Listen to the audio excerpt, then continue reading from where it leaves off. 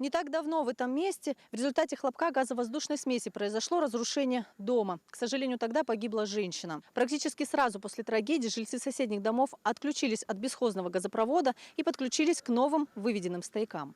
Среди них Мурат Бельтоев. Его дом ближе всех расположен к разрушенному. Утром злополучного дня мужчину разбудил звук мощного взрыва. После трагического происшествия он осознал – жизнь дорога и крайне хрупка. Нужно делать все возможное, чтобы уберечь ее. Поэтому довел дело по догазификации до конца. От взрыва проснулся, там труба у меня дома торчала. Газовая труба, у меня там арка была. Эта арка в дом залетела. У меня документ все было, оформлено было все газ. Но я никак не мог. Не доходили руки подключаться. Сейчас вот подключился уже легально все. Желательно, да, так легально все проводить. Если тем более уже стояки стоят в селе. Вот они проложены, вот эти вот линии новые, стояки выведены. Только надо подключиться. Система газопровода постепенно обновляется. Пользоваться старым, несанкционированным может быть попросту опасно для жизни, напоминают жителям. Мы выехали в данное сельское поселение для выявления нарушений в области использования газового оборудования, а также выявления несанкционированного подключения к газовым линиям. Кто-то исправляет, кто-то оставляет как есть. Но пока не дойдет до таких пагубных последствий, мало кто реагирует, что очень печально.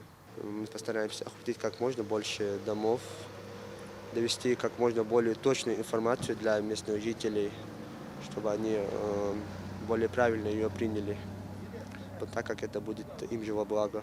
Чтобы ко двору дома газовики бесплатно проложили новую линию, необходимо подать 5 документов: право собственности на землю и на дом, справку о составе семьи, СНИЛС и идентификационный номер налогоплательщика. Потом останется только подключиться к выведенному газовому стояку. Но не шлангом, обращают внимание специалисты, а металлической трубой, иначе тоже риск столкнуться с ЧП, связанных с газом. Мы активно участвуем в этой программе. У нас даже больше всех проложенных линий по этой программе.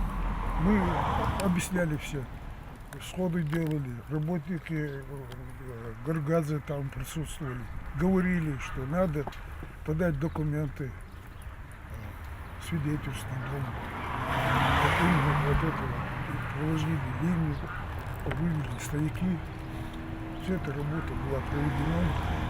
На улице Висаитова, где произошел взрыв дома, практически все перешли на новый газопровод. Едем на Алироева. Новая линия газификации здесь проложена еще весной. Из жильцов 40 домов документы на догазификацию подали лишь 6. Специалисты надеются, что жители не будут дожидаться печальных происшествий в своих домах и постараются максимально обезопасить себя, подключившись к газопроводу санкционированно. Также сотрудники МЧС предупреждают, если вы обнаружили утечку газа у себя дома, ни в коем случае не включайте и не выключайте электроприборы. Это поможет предотвратить взрыв. При утечке газа нельзя даже включать и выключать свет. Дело в том, что при нажатии на выключатель может образоваться искра и произойти взрыв.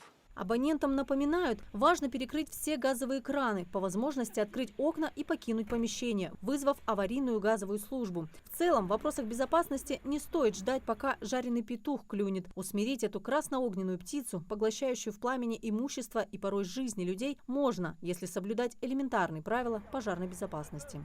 Анастасия Шишина, Султан Магушков, Магаз 24.